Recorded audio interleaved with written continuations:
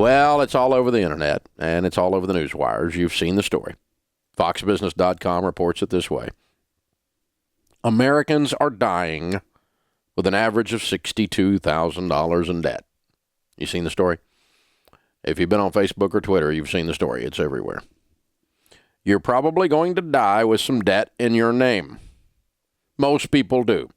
In fact, 73% of consumers had outstanding debt when they were reported as dead, according to December 2016 data provided by Credit.com, the credit bureau Experian.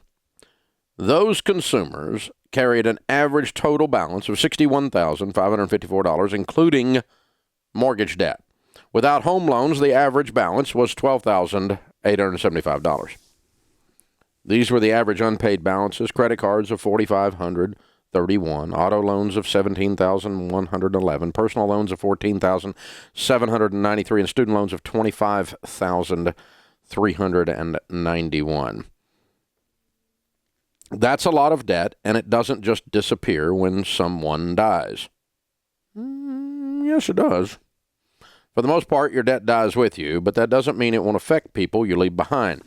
Debt belongs to the deceased person or that person's estate, says a estate planning attorney. If someone has enough assets to cover their debts, the creditors get paid and the beneficiaries receive whatever remains. But if there aren't enough assets to satisfy the debts, creditors lose out. They may get some, but not all of what they're owed. Family members do not then become responsible for the debt. Let me say that again. Family members do not then become responsible for the debt, as some people worry they might. That's the general idea. So, when you die, what you own, when sold off, pays off your debts, and what is left over, the net of that, called your net worth, is passed to your heirs. The number of times people call me on the radio show here and say, my dad has been irresponsible his whole life. He lives in an apartment, renting, has absolutely no money, owns nothing, doesn't even own a car. He's 86, and he has $100,000 in credit card debt. Am I going to be liable for that credit card debt? No. That means that credit card companies are stupid because they're going to get zero when that man dies. He has no assets to sell to pay his liabilities. He owns nothing to sell to pay what he owes. What you own stands good for what you owe. Whatever's left goes to the heirs between the two. And so if your mother passes away with $40,000 in credit card debt, but she owns a $100,000 house, you don't get to keep the house as the heir unless you pay the $40,000 of credit card debt. Because what she owns has to be sold to pay for what she owes. And if you want to keep the house, you have to pay what she owed. Otherwise, it would have to be liquidated to pay her debts. Have to be sold to pay her debts. So, well, that doesn't seem fair. Well, of course it's fair. What you own stands good for what you owe. That's called a balance sheet. It's also how a net worth is derived. When what you own minus what you owe equals $1 million, then you are a millionaire. If what you own minus what you owe equals $1 billion, then you are a billionaire, which is 1,000 million, by the way. That's a lot.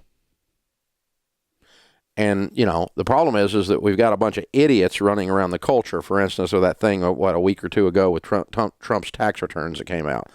And I think it showed he made $152 million income or something like that. And we have these morons in the press going, well, he's not a billionaire. He only made $152 million. Your income has nothing to do with the calculation of billionaire status, morons. Jeez. People in the press. It doesn't have anything to do with that. And these are people on MSNBC, which was supposedly a business thing. A business, well, it's not even close. But, I mean, or CNBC. You ought to know better. I mean, for God's sakes, don't tweet about stuff like that. It's just stupid. Okay?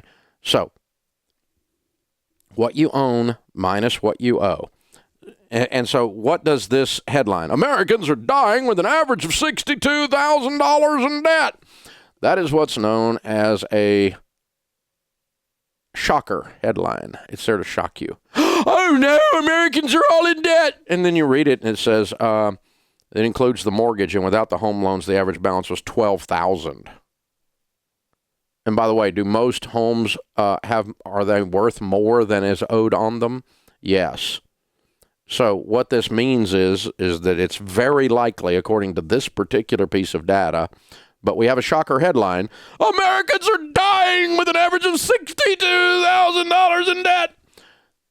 But that includes their home mortgage, and $12,000 of it is not the home mortgage on average. Do you think the average home in America has more than $12,000 worth of equity? Yeah, that's a pretty safe assumption. So if the average home has more than $12,000 worth of equity and the average person is dying with $12,000 worth of debt, they are dying with a positive net worth. All their debts are getting paid based on what we just taught you just now. Okay? So not so much of a shocker headline. It's pretty much of a yawning headline, except that it bounced all over the internet. This is the kind of, what we do is we just go for the salacious now, something to just get everyone fired up. And I should try that. I might be good at it if I tried it. I could probably come up with crap like that just is hyperbole and just throw it out there and see if Americans are dying from credit cards every day. Plastic toxins are bleeding into your skin because all you do is play with plastic between your fingers all day long. It's causing cancer.